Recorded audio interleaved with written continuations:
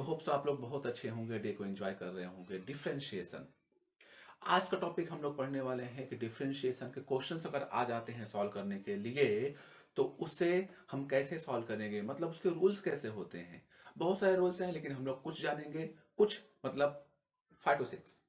पहला रूल ये है कि अगर आपको फंक्शन दिया हुआ है प्लस में, मतलब u प्लस वी दे दिया, मतलब sine x plus e raise to x दे दिया।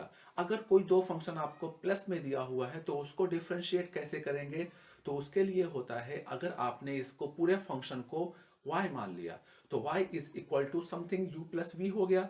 तो अगर आप इसको डिफरेंशिएट करने जाते हो तो dy upon d x is equal to, यहां पर क्या होगा, v का अलग डिफरेंशिएशन होगा एंड v का अलग से होगा।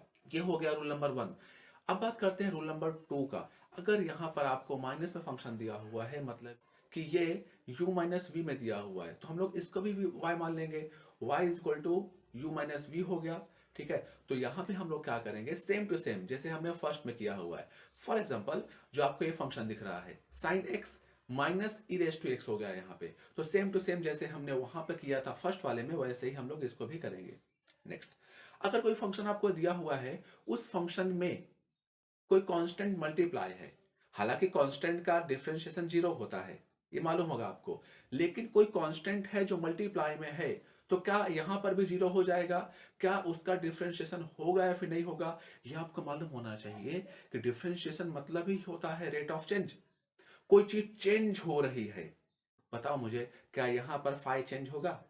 फाई जैसा है वैसा रहेगा, लेकिन जो साइन एक्स है ये चेंज हो सकता है, बिकॉज यहां पर एक्स है, एक्स वेरिएबल है ना, एक्स कुछ भी हो सकता है, प्लस माइनस कुछ भी हो सकता है, तो इसके बेस पर वैल्यू भी उसकी चेंज होती रहेगी। मतलब साइन एक्स ये डिफरेंशिएबल है लेकिन फाई डिफरेंशिएबल नहीं है। इस वजह से अगर कोई फंक्शन आपको दिया हुआ है जो कांस्टेंट से मल्टीप्लाई है तो कांस्टेंट का डिफरेंशिएशन यहां पर होगा ही नहीं।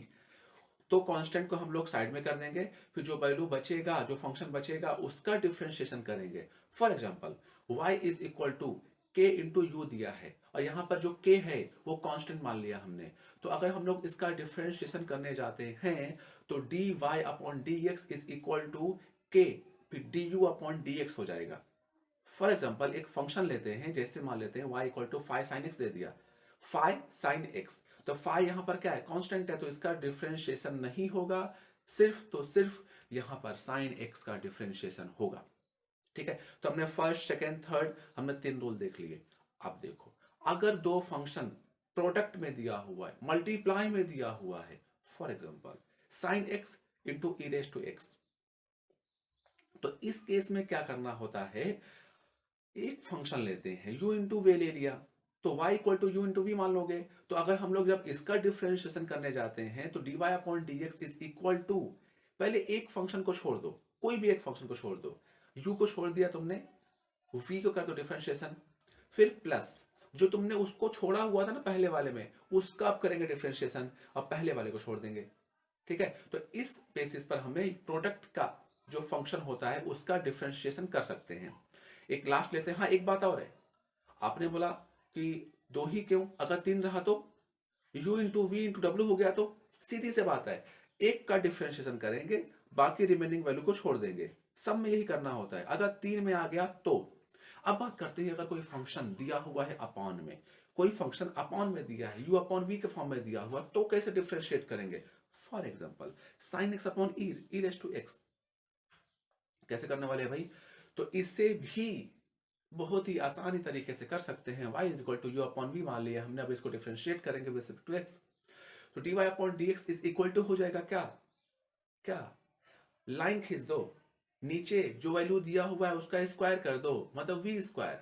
अब जो नीचे वैल्यू है उसको पहले ऊपर लिखो, मल्टीप्लाई, तो जो ऊपर वैल्यू था उसका डिफरेंशिएशन कर देंगे, फिर माइनस करते जाओ आगे, है ना। फॉर एग्जाम्पल बहुत सारे एग्जाम्पल्स हैं, तो इन बेसिस पर जो एग्जाम्पल्स हैं, कुछ क्वेश्चंस मैं आपको देके जा रहा हूं एंड कोशिश करो कि इसको कैसे सॉल्व करेंगे।